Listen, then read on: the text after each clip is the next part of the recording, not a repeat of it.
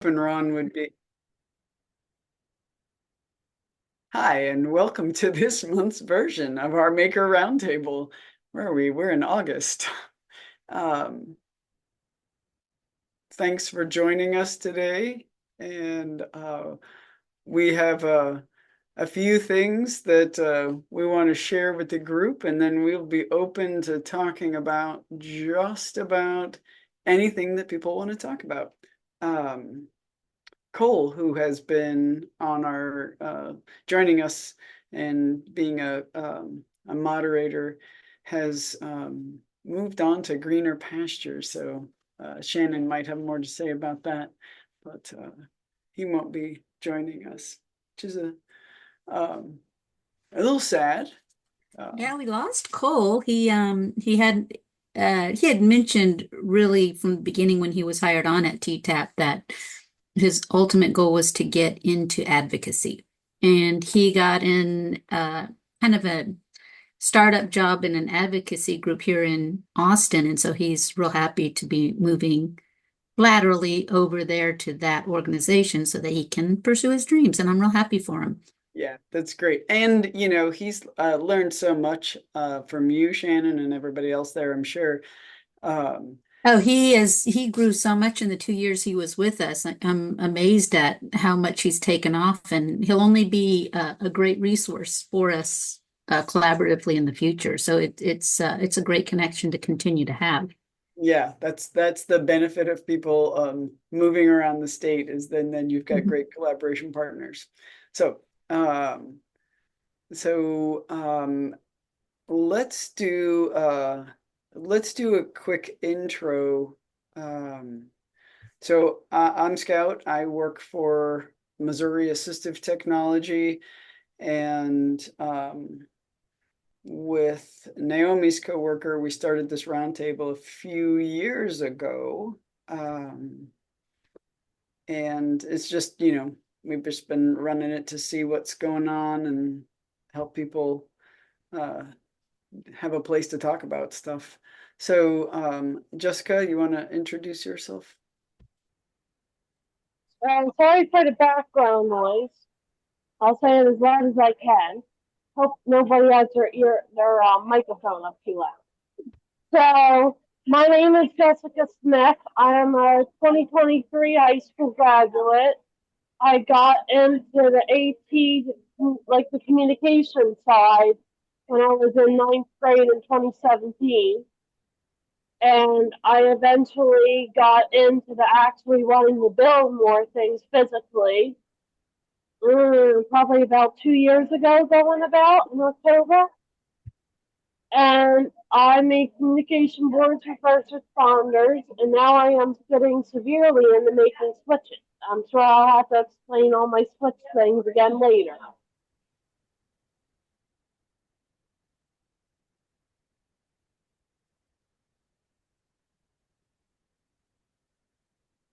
Keep going. I'm not you, but I mean other people. Hey, I'll jump in. I'm Bill Janes. I'm not on these calls as often as I want to or as much as I used to be. But I'm an assistant professor in occupational therapy at the University of Missouri, where I run the Assistive Technology Adaptation and Training Lab. We do research on all types of AT from very low tech, handmade and 3D printed, up through embedded home sensors to track and predict progression in ALS, and a lot of stuff in between. So my, I guess, main things right now are a lot of 3D printing and adaptive gaming projects.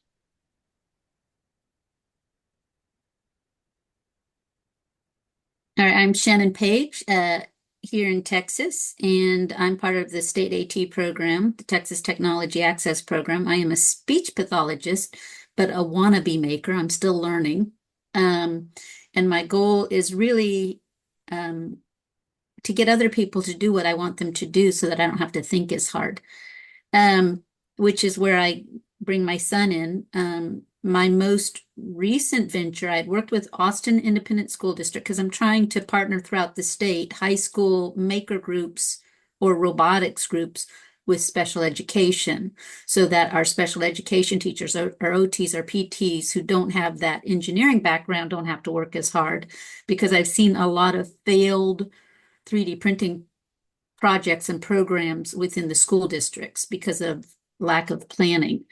So this summer, I got to meet with a gentleman who runs the Houston Independent School District's magnet school, their STEM program. And I'm trying really hard, but I'm not getting the AT team support because they're very busy at the beginning of the year. But my goal this year, and I'm just going to be on both the AT side and the robotics, because this robotics team is dynamic and they really want to help the AT team. But I'm trying to really work with them to build that partnership so that we'll have more models to go on in the future. Because I want to utilize the resources. We really talk about that triad now, where as makers, we need to really include the individual we're making for. We need the person who knows who has the maker skills, and you really need the therapist. And without that triad, we're going to be, as makers, making products, but they may not be the right fit. So we really need to be kind of bringing those teams together in that way. So that's my goal this year is, and I'm going to keep you all posted on it, on how it works. Because like I said, I've got a dynamic STEM program that wants to do it, and I've just got to get when you deal with very large school districts, the larger the school district, the bigger the bureaucracy, but the more diverse cases and opportunities they will have. So we'll keep you posted on how this works. Awesome.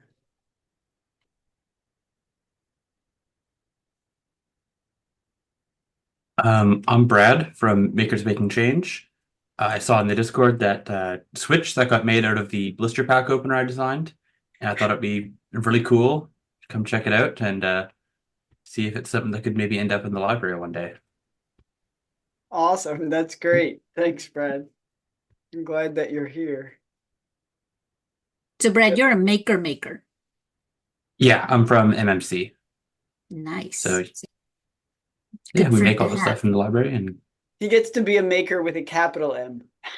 I got the shirt and everything. Hey, I want a shirt. What do I have to do? I Right. think they just mailed this one to me when I joined. Oh, nice. Bill, do you have a mic? Yes, I do. I'm Bill Ziegler from Bucks County, Pennsylvania.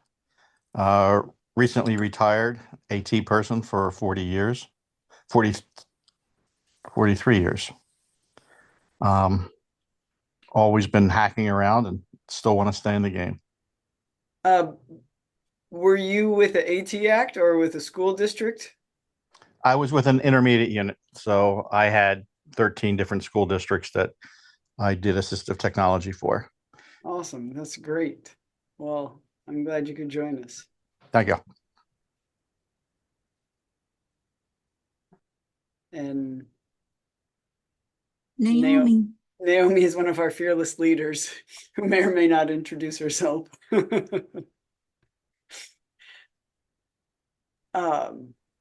Here she is. Yeah. There she goes. Oh, She you was live here. like 20 minutes, like an hour from me. I'm in Delaware County.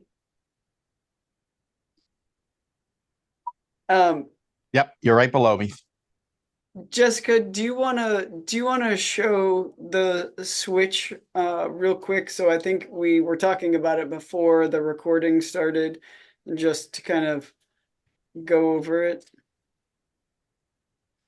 Yeah. So me, Ron, and Scout pretty much did all the making on it. They pretty Well, much mailed me the parts, and I and now we know assembled them. Brad was an integral part. We made there's a little thing Ron made so you can put the keycap in. And then you put the keycap in that piece, and it's a little hard to get in. So you put that in, and then we drill the hole in the front for the cord to come out of. When you use it, you just Like Nice. it's not as sensitive as the interact switch, but it's still pretty sensitive. And I was using it on my computer a little bit because I wanted to be like a doctor when they take their notes. And You know, it may not be sensitive, but for the right person, it may be just the perfect solution. So that's kind of the cool thing about it. and then the Yeah, other thing is like if you want to use it for a toy and it's one that you have to hold down, my hand starts to cramp. I say that's the only bad part. If you hold it down for a while, your hand will start to cramp a little. yeah, but for just a click on or off, I mean, I think it's great. And Shannon, I don't think you were on when I was saying She was I on when I was last delivering the last kit. month.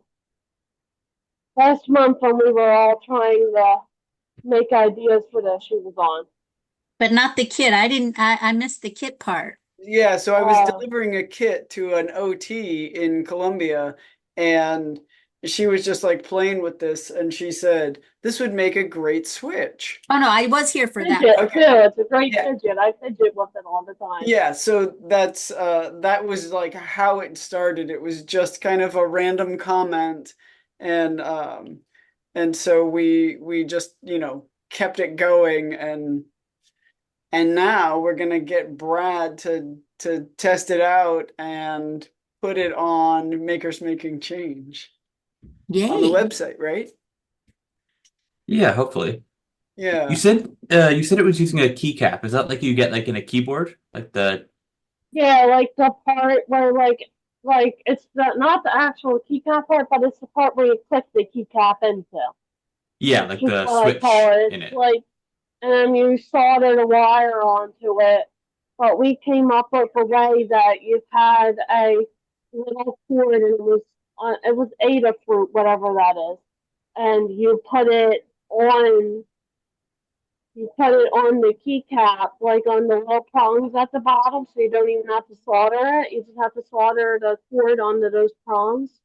And then you pop that piece that goes on the prongs on. And then we just pretty much just drilled a hole in the front of it. And then and then you just pop this part in. So So, Jessica, could you email the parts list, and maybe with if we could include Ron, he could do the file, because the that insert that's 3D printed, so that we could get everything, um and Naomi could can you put your email in the chat? Or Yeah, uh I can message do me that. in the chat? yeah, but let's get it so everybody here has it, and then we can make sure we have everything, make sure Brad has it, and he can test it out and see, um um you know if he wants to do that. Oh, Shannon So has should some. I like get Is it everybody's email like or?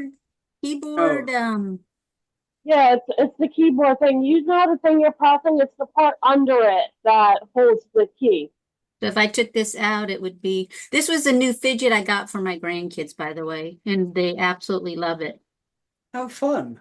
But I paid $1 million for it. I don't remember what I paid, but it was one of the toy stores. But it was pretty easy. You could start breaking some keyboards apart, 3D print the casing, and totally off Yeah. topic. But yeah, so I could see how that could be put in there. So that's all he did was take that clicker part and then put it underneath there, We didn't even use the key part. We just so the the inside part. there's a part on here that pops down where you would use it to open up the thing. The way it's just made, it just pops right onto that little part where you would actually put the top of the cap on.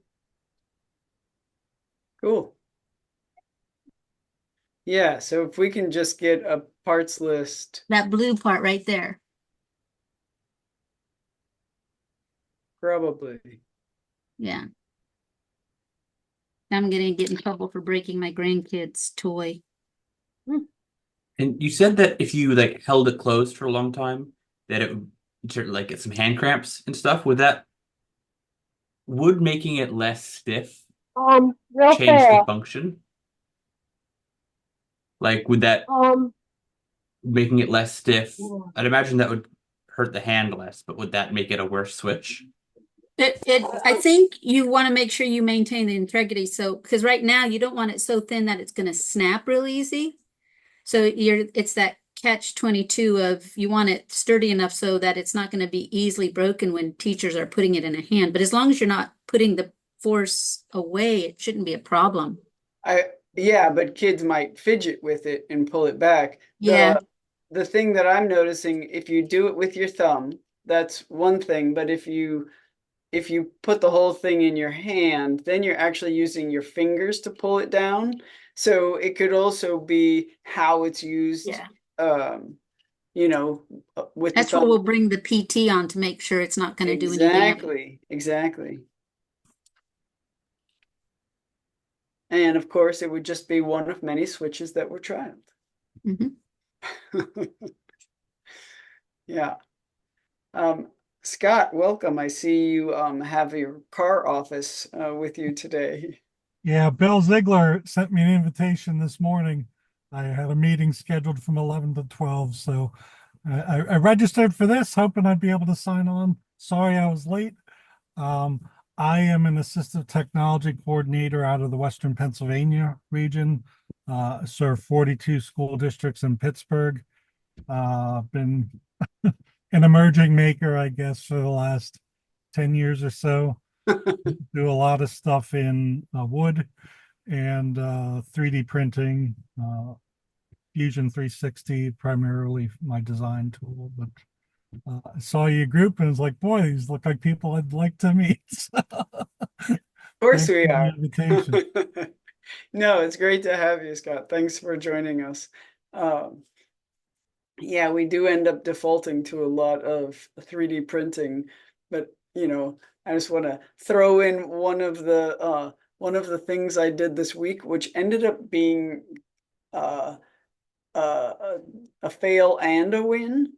Was I had somebody come in who was struggling with vision loss, and it ended up she had everything she needed, but she only used her larger magnifier at her table, and she didn't like to sit at her table. So I made her basically a lap tray, but I just made it out of rigid foam insulation, and I stuck PVC pipe through it so it would sit on the armrests of her chair. But not having her lazy boy in my office, I didn't space them properly. So I have these long pipes that come out of the side of this rigid foam insulation that I secured with foam board. And her daughter sent me a picture of her using it. So it's successful because she's using it. She puts it on her lap. She uses her larger magnifier. Everybody's happy, except she now has these long pipes that are sitting in front of her armrests, not on the armrest. So they were just like weird extensions off of her lap tray. That she can then use to, like, it's really light, so she can just set the whole thing beside her armchair, and they have just become a very long, weird handle. But it is the failing of making that is where we learn. So note to self: armchairs arms do not extend 3.5 feet out from the chair. So anyway, that was my non 3D printing adventure this week. 94 years old, lives on her own though. Awesome. In a rural, very rural place. It does sound like there's a lot of school districts, but while I'm talking, I'm going to keep talking because I'm going to show you. I'm going to try to put this one back together. This is my demo box. These are shiny. These dots. I've made this is my coworker said, I have some boxes at home. So she brought me in a dozen boxes, and I have there, I think, well, between Makers Making Change and Bill Janes, I have 8 designs in here. I just printed 8 of those things this morning. Well, this one is from Bill James's design uh list, and then everything else is, I think, from Makers Making Change. And I'm going to give I have 8 different tools, and I'm giving them all to our area agencies on aging. So I know not school district stuff, but what they're going to get. I'm just going to show you guys because I think this is kind of cool, and I think potentially schools could use it too. So I laminated these sheets upside down. So they have, the outline and the name of each item, so you could put it back and you could see the name of it. So I have that. Oh, shit. I have another, I have a, shoot, I have another laminated piece. So it has a ring clip and 8 laminated sheets that are about this wide with the name, the picture, and the description of what each tool does. So you can just flip through and find the tool and see what the heck it is, because the blister pack opener does not intuitively look like it opens blister pills, and then just because I work for a AT Act, I have a little demo form that the people can fill out. But they can fill out and request up to 3 items. And so I'm giving these to 10 entities around the state. And what I am doing is partnering with makers around the state, so that when, like in Springfield, when people request items, I won't be making them, somebody else will. In Columbia, I've got a partner, and so when they request items, those guys will be making for me. But it's just I think it's a model that could, if anybody wants to take it, like Bill, if you have your tools and you're ever taking them anyplace, it's just kind of it seems like a nice way to have people know more and ask less, because some people are just going to pick something up and go, that's weird looking, and move right along. But students could do that, teachers, whatever. So anyway, that's what I've been doing. So now somebody else can talk about what they've been doing. Very cool, Scout. Yeah, I think that is a nice touch there to be able to show what things are very quickly accessible. All of ours we've been putting on Thingiverse, which has its own issues and is not a great or stable or fast platform, and it requires an internet connection and someone who's comfortable navigating that and understands the interface to where they can get to details about it. So I think very different approach, but a lot more valuable in some context. The Thingiverse is great for someone who wants to make the thing, but for someone who needs to know what it is, that's a much faster, quicker way to get it there. I did want to share something that we've been working on for a couple of months now, slowly in the lab, which does include Ron Nelson, as well as an engineering student here, and Kyle Ann Rasmussen, who has been on a few of these calls. She has now finished her PhD and is at Texas Women's University, where she has joined the faculty. So we have been working on this project. We got contacted by a woman who runs the brand new expressive arts program for the ALS Association. So this started up near the Twin Cities, and her program just recently, through a nice gift, has expanded nationwide, so that anyone with ALS who is interested in any type of art, visual, music, dance, you name it, she can work with them to find assistive devices and other adaptations for people to be able to participate in art even as they lose motor function due to ALS.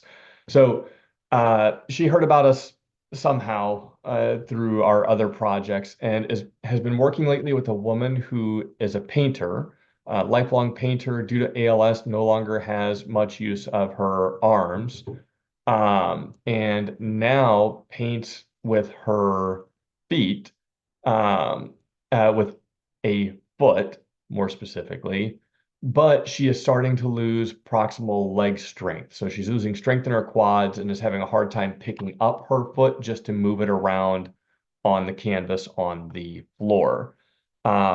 So we came up with 4 different ideas and put together just really crude drawings in 10 minutes of what they could look like and what type of device we could go with. And she locked in on one of them right away that she thought would be a good fit. So I'm going to go ahead and share my screen.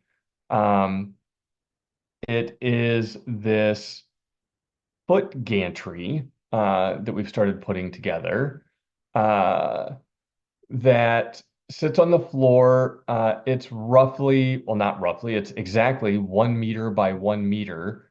Has these rails down the side that are essentially the y-axis, and they rest on these pillow bearings on either side that ship with the rods.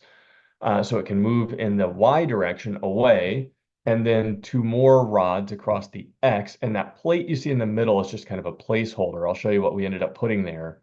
But uh, basically, it's zero resistance. It's not actually providing any active movement, but it's passively just zero resistance, so you can move freely in the X and Y.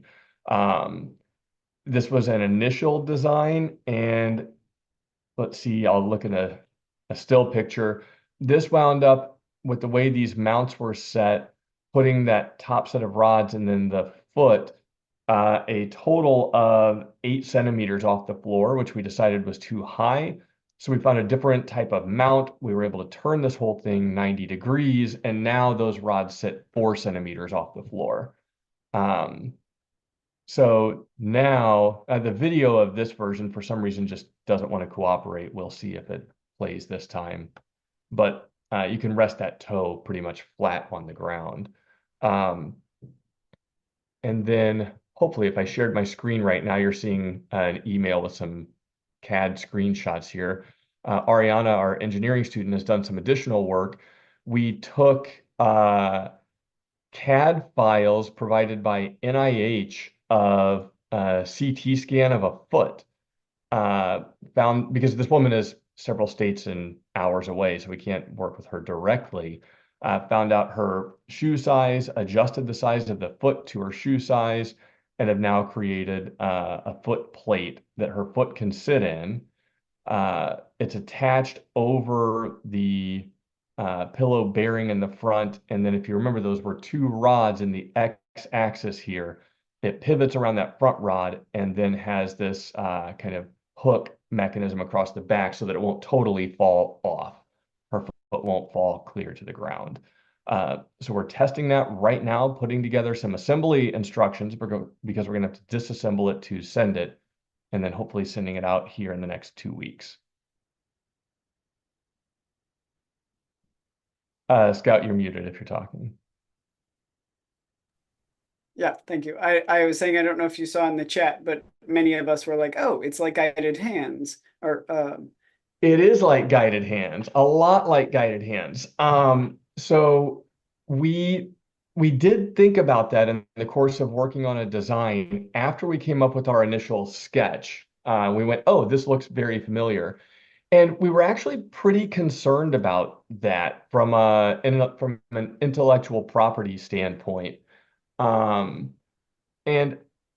for what it's worth to this group, maybe will be old to you, but this has been kind of a revelation to me in that I have been like just downright offended by the expense of that product. I believe she sells that for $600-ish. Now that we've gone through so much R&D on this product, the material cost here is approaching $300. And when you consider the time that 4 people have put in on the design, not to mention the person going back and forth with the actual client who will be using it, if the goal is to, recoup your development cost, then it starts to make sense that as a one-off, this is probably a $600 device. Probably more as a one-off. At scale, boy, I have a real hard time with that price point. But we did want to consider how do we not infringe on any IP there? So we know that it exists. We looked into what type of IP protection they have, but then did not look anymore at the device. So as far as how that thing is actually assembled, I suspect it's very different from ours. We are not doing this for hands. We're not 3D printing different grips, although we might 3D print different foot plates.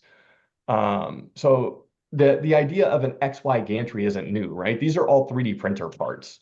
So we think we're in the clear there. But it's also not something we plan to manufacture or sell. So that's kind of where However, we're at you on that. could use it for other folks. I mean, Yes. the basis, yeah. No, Yep. I like it. If I somebody wants a commercial product to put on a table, I know exactly where we'll point them, right, and it won't be to us. yeah. Well, it's very And maybe you could work with Guided Hands to produce it so that it would be the same kind of guided foot. Because I think there's a lot of potential for that now that you can see how she's using it. And I could even see that for kids in schools, using that as a tool for painting and artwork. And I think that recreation is a forgotten piece, yet Absolutely. important. Yeah, and that's a really good idea about reaching out to the inventor there. I My intention, everything we create in the lab, we release under an open source license, which I'm happy to do. And if she wants to take the idea and commercialize it, she's welcome to. I don't need to see a cent from it. I just want it out in the world, and if she is interested and wants it, great. She has my blessing, and yeah, I will reach out. and if it brought the price down because it was, more people were using it like schools, that's a benefit to everyone. So Oh yeah, no doubt. Well, and to me, if they've already got the manufacturing for the other one, it would be like changing the sizes and things. So I would recommend reaching out to them and say, hey, we're doing this. This is a success. This is how it's, can you, whatever, because then maybe they'll give you a discount and all the AT programs discounts later. Yeah, Or I want to maybe get through a then, couple of more iterations of it. We want to that foot plate is not ideal. The X rods are a little thin and tend to bow, so we might go with a heavier rod. So I'm going to get through another iteration or two, but then yeah, you're right. We'll reach and out. there are some maker versions of that guided hands that are open source. So, and I'll have to look at the patterns and try to share them next time. I'll do some research. But there are some versions that are open source that they share the patterns for. Oh, great. I wasn't aware of that. me either. Very cool. Because Guiding Hands took the pattern and then shared them. I Gotcha. wanted to mention, me and Shannon were talking about this last night. So there's a lady, her page, we'll share her page when we get a chance, but it she made something like this for the show at ATIA. Closing the And gap to yeah, and she made,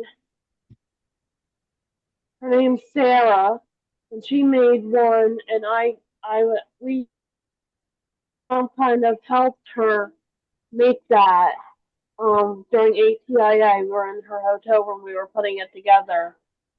But she made it out of a like kitchen drawer. So like she did it like that. I forget what she did, but then you could like move it around and move it up and down, kind of like the guided hands.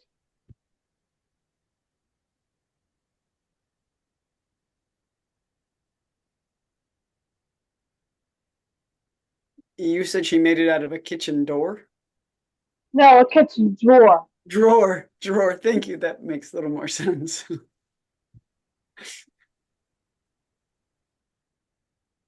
That's So clever. I I like was that trying to mechanism. find the device on there, and it was under writing because she uses it for writing, but I don't see the picture of it. yeah, I didn't see it either. Yes, I think she made it a while ago. She even had trouble finding it for me when I was asking about it. But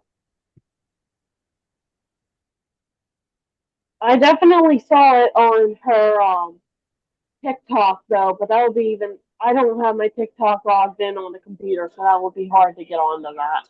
And I live in Texas. We don't do TikTok.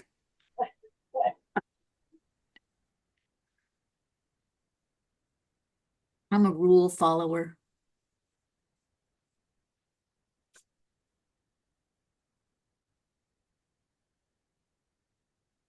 All right, I have something fun to share. Please.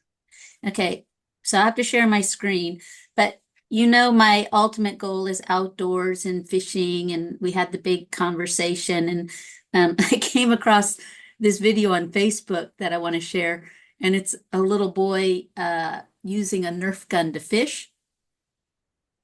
So just to start putting some ideas out there, because I thought it was a simple, easy, wow, if we could, because we were thinking like drone fishing and all of that, and this little guy does it. So let me share my screen just for the fun of it. This is our moment of fun.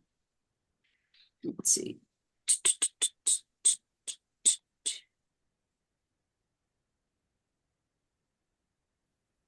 All right, you can see that cute little boy. It's the kid invented a new way to fish. Florida life. And so he's got this little Nerf gun. There's another one it looks like he tried down here. So I'm gonna start the video. And y'all can see it? Yes. Okay. Look how cute this is. Let me get it started.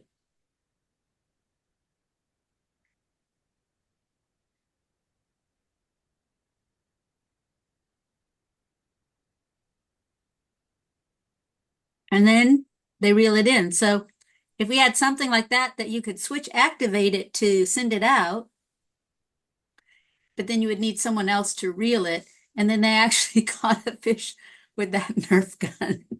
Oh, that's great. So they must have put a hook on it. Anyways, I just thought that was something new and fun to share. Yeah, I and like there's that a lots lot. of designs for switch activated Nerf guns, or Right. And then they just hooked and it's almost got the bobber component to it. right.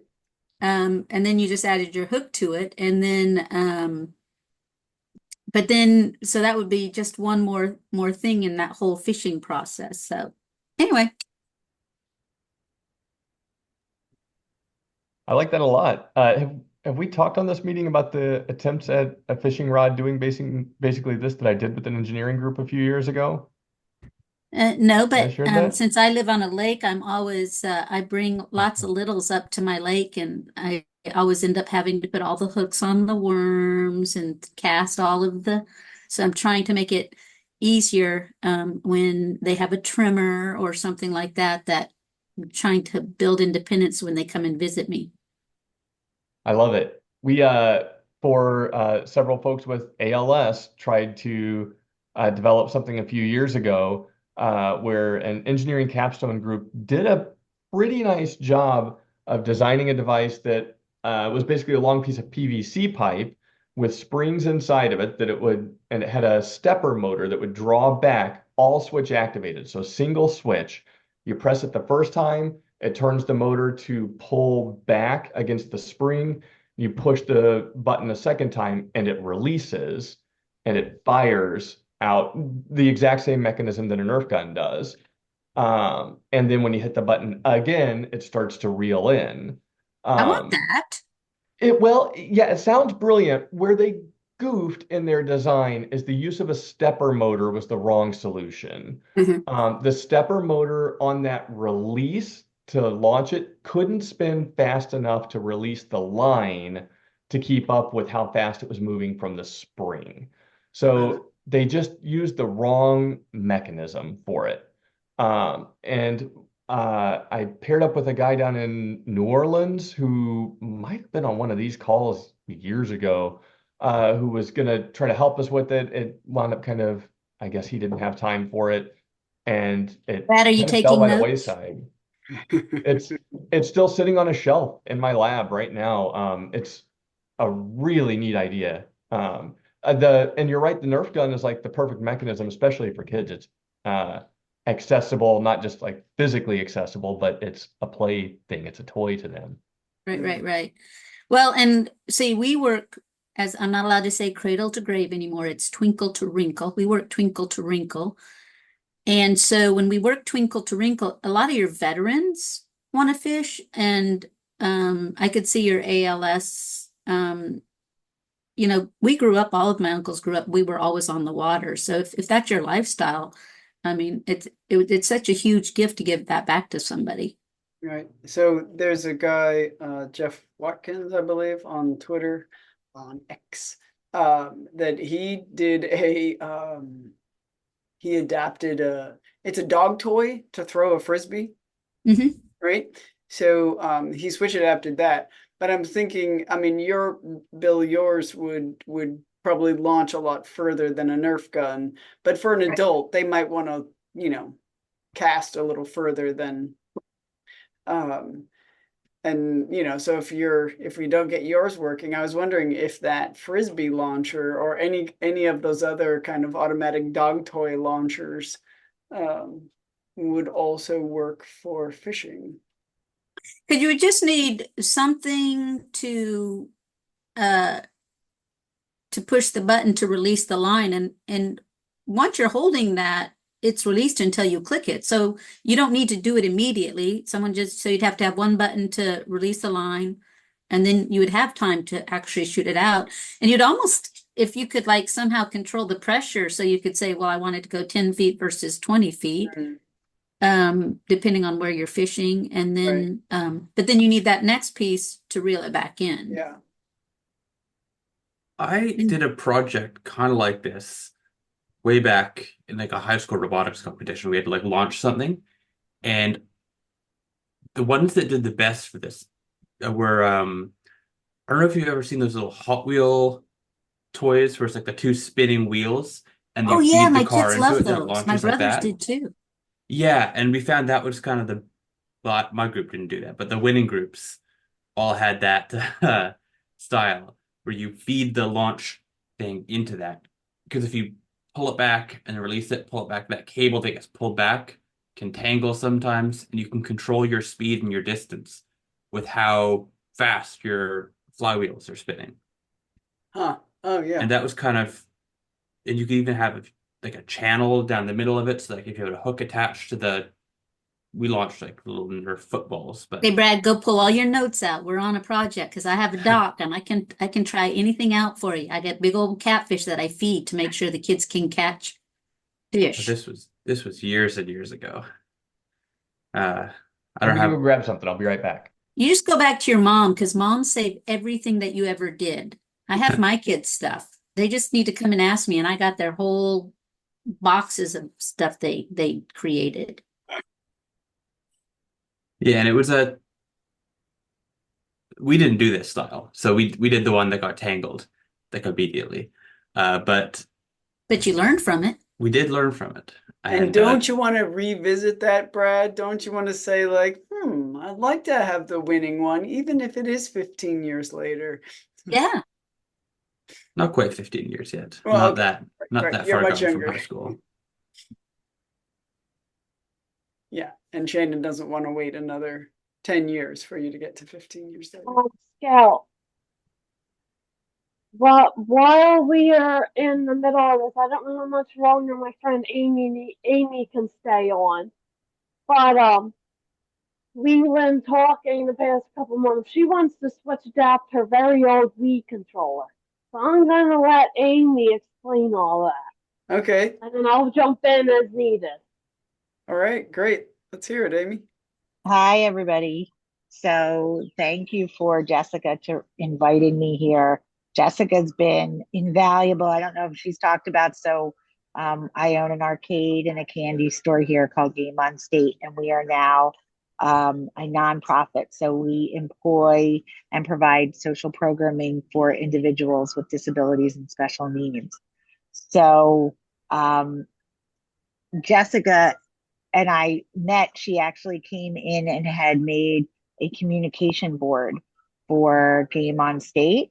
And I was completely intrigued, and we have remained friends. And she comes here and she does stuff for us, and she will make communication boards for every event that we're doing. So she's really incredible. But I asked her the question we now have, and we're actually sitting in it. This was a VR room, and we decided to take the VR room away because it was breaking and it wasn't working. It was not working more than it was working. And so we made it a Wii Sports area, which we have now kind of turned into our living room. We call it a living room, and which is actually selfishly a little nice for me because I finally have a place to sit when I'm on Zoom calls as opposed to the floor. In any case, because we are a retro arcade, and this is not my language or world. Jessica, although she's young, so she wasn't alive, but what did we want? We wanted it for the Switch, right? So Amy wants us. She wants to have her Wii remote switch adapted, but Ron and Bill told me that you're gonna need like 3 cables coming out for like each button. You know how the Wii controller has like 30 buttons on it. So I know it's probably not going to be able to have done, but I thought to bring it here to see if anybody had some ideas. So We for need Wii switches Sports, for the Wii controller without looking like the Wii controller has tons of hair. for Wii Sports, if I remember correctly, and it's been a minute, um, don't most of those games require at most 1 or 2 button presses in addition to the motion? Like motion is a big part of it. And the reason I ask is maybe you don't need a pair of wires for every switch. Maybe you only need a pair of wires for the switches that you actually need to play the game. Um, and I think most of them, you need the thumbstick, and that's hard. That would be hard to replace or move. But the actual buttons, the switches themselves, without looking at the circuit board inside and seeing how hard that would be to solder, and that's a Ron Nelson, if he can't do it, no one can question. Um, but if you can narrow it down to just the buttons you absolutely have to have, it seems doable. We were told that it would be extremely hard to solder. And yes, my dad's good at soldering, but I don't know if he'd actually be able to do it. Now, actually earlier this week, my one of my maintenance people in my apartment complex found a nice soldering iron in the trash, and he actually donated it to me for my work. It has a really nice fine point, so we've been starting to mess with it. But I don't even know if that would help because with the way Ron sounded, like it would sound like how me and my dad have trouble. It's really hard to get cords to stick to a circuit board.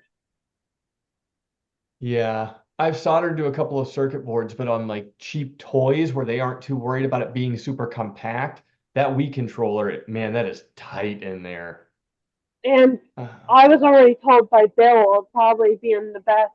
So wait, there's no Bill on here. Bill Binko. oh yeah, And yeah, yeah, yeah. he told us that it might be good just to like go to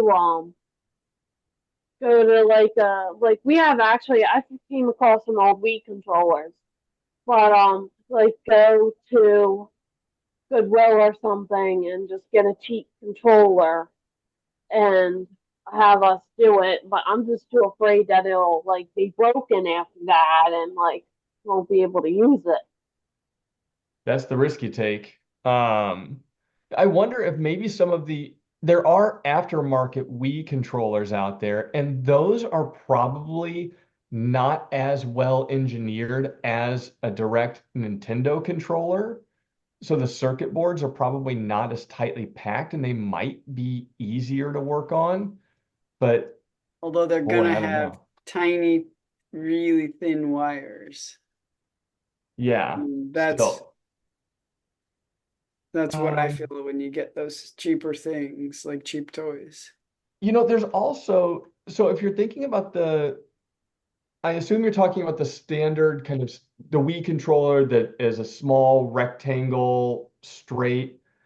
There are other versions of Wii controller, like even Nintendo made more kind of traditional console controller style for the Wii.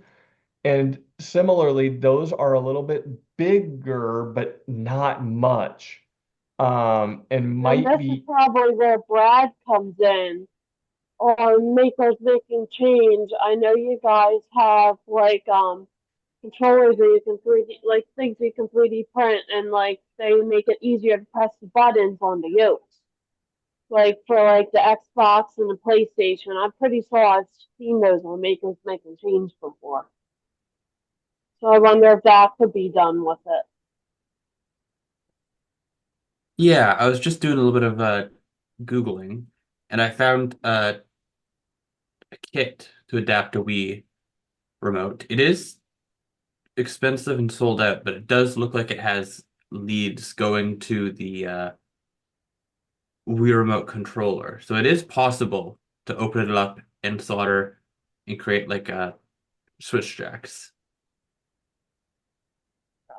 So Yeah, and I was thinking kind of, I think what you were saying, Bill, is like almost put something on top of the controller, and instead of having tiny buttons, almost you have big things to hit by just changing almost like levers to press the buttons, you know?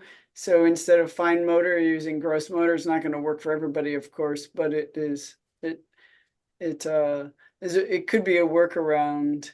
Um, make it more like whack-a-mole than typing. yeah, we have that one-handed modification for I think Xbox controllers. So something like that where everything is connected Right. via levers Yeah, just to yeah, get it all yeah. to the top.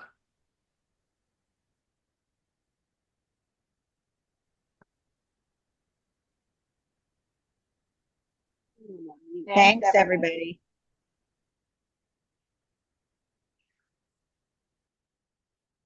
Huh. yeah, that mechanical option, and you're welcome, Amy, and that mechanical option might be the easier thing than electrical. We did uh, uh, electric toothbrush adapter, which is just a simple lever held on with a zip tie that works a lot like the blister pack pill opener. So you could use that same basic idea to zip tie a lever to it and you're good to go, at least for one button. Yeah, in different games, I don't do much Wii playing, but different games would, just need a couple of buttons, I would guess, here or there. And so if you could almost get a couple of scenarios, so this game would take this setup and this game this setup. And then if you can break it open and switch adapt it, that's great. But if you can't, you could even just start with a couple of games and making it a little, more accessible for more, not totally.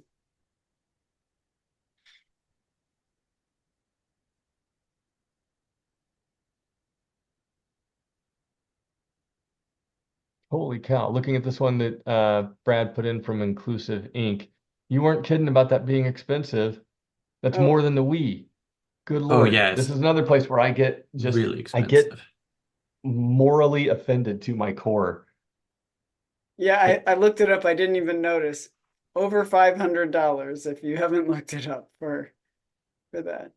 And that seems like something that could be easily done But yourself. but they ship worldwide. Sold out.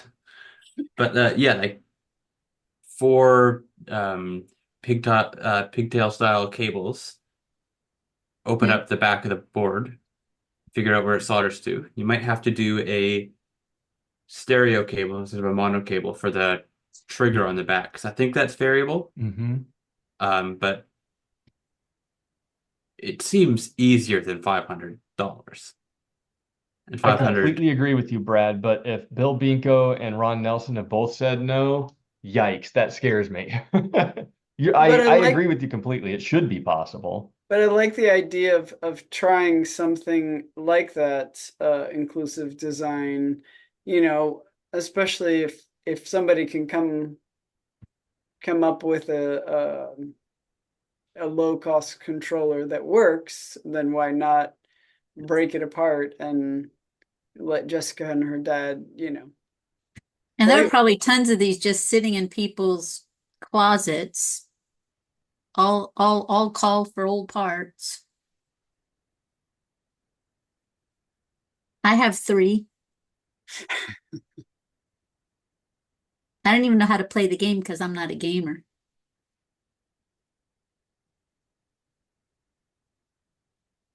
You're muted, Bill. Yeah, yeah. Yeah, sorry. I ran away for a second earlier, right about the time that Brad was talking about using flywheels to launch things, and Shannon said moms keep everything. Well, so do dads. This is from a build box toy kit that my daughter does, where she had to build a flywheel disc launcher. And so as soon as you said it, I went, oh shoot, that is something we easily could do. That might need to be balanced, but so you're right that a flywheel would be a really easy way to launch something a long distance. Keep thinking. I got my fishing dock out there. It's going to be an accessible fishing dock. Right, we're gonna have to take a group road trip to Texas to try out our ideas. Game on. Come on down. I got 4 extra rooms. Just me and my husband and this huge couple paddle boards and kayaks, and it's heaven. Lots of things to test out down there, I'm sure. Correct. Yep. Any kind of outdoor equipment you can think of. Okay. All right. That was perfect. I got another meeting in 1 minute, so Yeah. I am going to check off. Thanks, everyone. This was very productive. So, and thanks for joining, Brad. Yeah, Brad, Scott, and Bill. Everyone. Yeah. Have you around, Bill, Shannon, and Jessica, and Amy, and Naomi.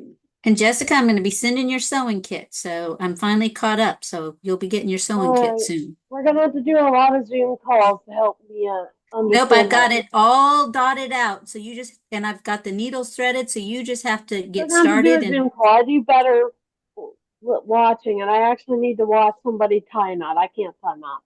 well, I already have the knots tied for you. So you'll see, we're going to go step by step. It's awesome. I had my daughter sewing when she was 3, and I got yelled at by another mom because I was letting her hold a needle. Oh my gosh. Karen. I didn't say that. Anyways, y'all take care. You too. All right. Thanks, everybody. Thanks, everybody. Have a good day. Yeah, bye. Thank you.